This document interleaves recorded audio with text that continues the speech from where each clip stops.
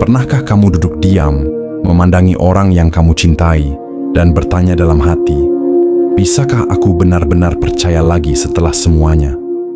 Pengkhianatan dalam bentuk apapun meninggalkan luka, tapi perselingkuhan itu seperti luka yang ditaburi garam, terus terasa meski waktu sudah berjalan jauh ke depan. Dan yang paling sering menjadi beban adalah pertanyaan ini. Kalau dia pernah melakukannya sekali, apakah dia akan melakukannya lagi?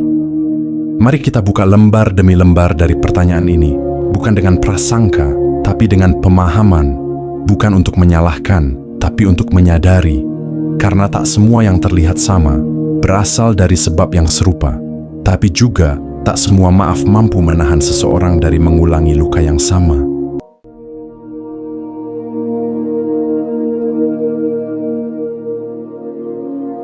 Selingkuh bukan sekadar pengkhianatan. Lebih dari itu, ia merobek kain kepercayaan yang dibangun perlahan.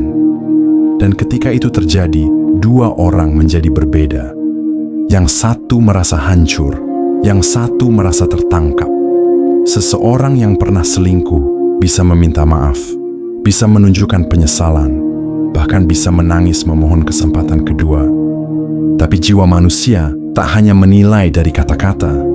Ia mengingat perasaan, getaran tak nyaman saat ponsel pasangan terlalu lama dipegang, suara hati yang berbisik ketika pasangan tiba-tiba bersikap terlalu baik. Ini bukan paranoia, ini trauma. Dan dari trauma inilah muncul pertanyaan yang menghantui banyak hati. Bisakah dia berubah? Atau sebenarnya dia hanya sedang berusaha terlihat berubah?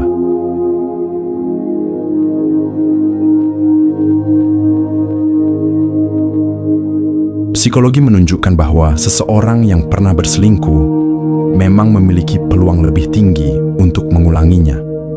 Tapi bukan karena dia manusia jahat, melainkan karena pola pikir dan sistem pertahanan diri mereka berbeda.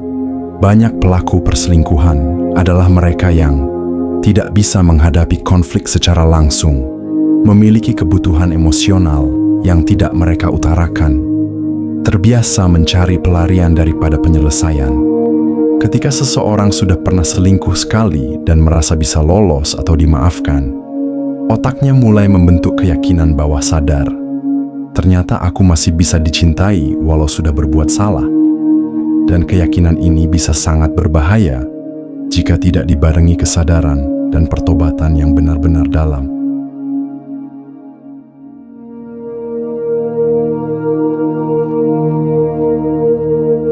Banyak pasangan memilih memaafkan karena cinta.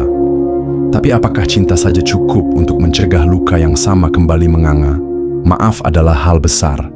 Tapi tanpa perubahan nyata, maaf hanyalah pintu yang dibiarkan terbuka bagi kesalahan yang sama untuk masuk lagi.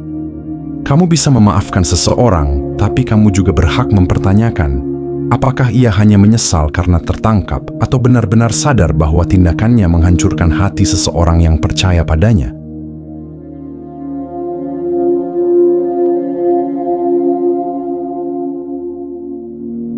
Tidak semua perselingkuhan berasal dari niat yang sama.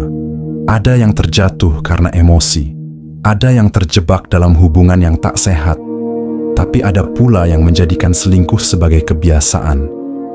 Orang-orang seperti ini biasanya memiliki kecanduan terhadap validasi dari luar, merasa hidupnya kosong tanpa drama atau petualangan baru, menganggap hubungan adalah tempat menerima, bukan memberi.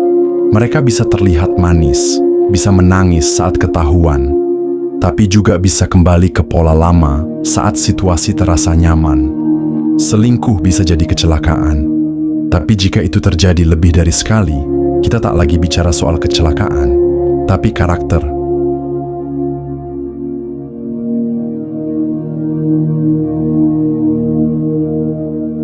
Ya, manusia bisa berubah, tapi perubahan bukanlah sesuatu yang terjadi hanya karena diminta. Itu datang dari kesadaran diri yang dalam, dari keberanian menghadapi diri sendiri, dan dari komitmen untuk tak lagi lari dari masalah. Seseorang yang sungguh-sungguh menyesal akan mengakui kesalahan tanpa menyalahkan keadaan, bersedia membuka semua akses transparansi, tanpa disuruh, menunjukkan konsistensi, bahkan saat tak diawasi. Perubahan butuh waktu, tapi lebih dari itu, butuh pengorbanan ego. Jika dia tak sanggup menahan godaan saat ada masalah, apakah kamu yakin dia akan sanggup bertahan saat kalian menghadapi badai rumah tangga ke depan?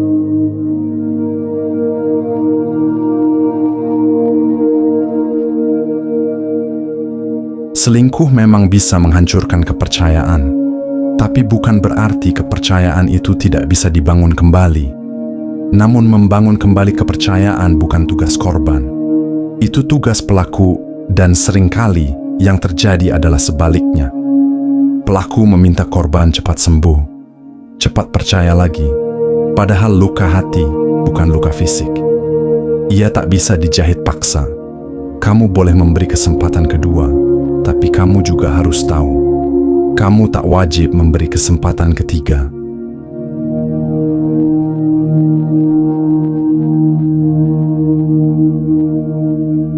Ini pertanyaan yang tak mudah dijawab, karena tak ada jawaban yang sepenuhnya benar atau salah. Hanya kamu yang tahu batas hatimu. Hanya kamu yang tahu berapa lama kamu bisa bertahan hidup dalam ketidakpastian. Jika dia berubah sungguh-sungguh, dan kamu pun sanggup memaafkan sepenuh hati, mungkin kalian bisa membangun ulang. Tapi jika kamu selalu dihantui curiga, dan dia tak juga menunjukkan perubahan, berarti kamu juga berhak memilih pergi.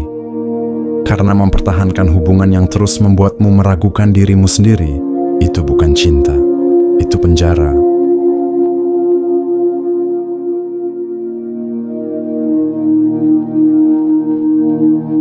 Seringkali kita tahu jawabannya, tapi hati menolak menerima.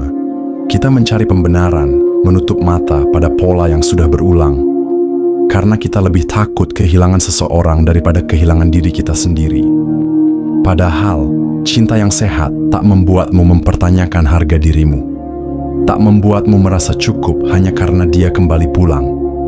Cinta yang sehat adalah ketika kamu bisa melihat dirimu di cermin dan berkata, "Aku pantas dicintai dengan setia."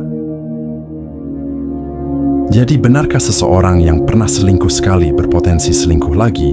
Jawabannya, ya, jika dia tidak sungguh-sungguh berubah. Tapi juga tidak mutlak, karena manusia bisa berubah. Tapi kamu berhak mempertanyakan seberapa besar dia ingin berubah, dan apakah kamu sanggup bertahan dalam prosesnya. Karena hubungan bukan tentang kesempurnaan, tapi tentang kesediaan untuk tumbuh bersama. Dan jika salah satu memilih berhenti bertumbuh, maka cinta pun akan ikut layu. Kalau kamu sedang berada di titik dilema seperti ini, ambillah waktu sejenak. Dengarkan hatimu, bukan hanya harapanmu. Jangan takut kehilangan seseorang yang tak takut kehilanganmu. Dan ingat, setia itu bukan keajaiban, tapi pilihan, dan hanya orang dewasa yang mampu menjaganya.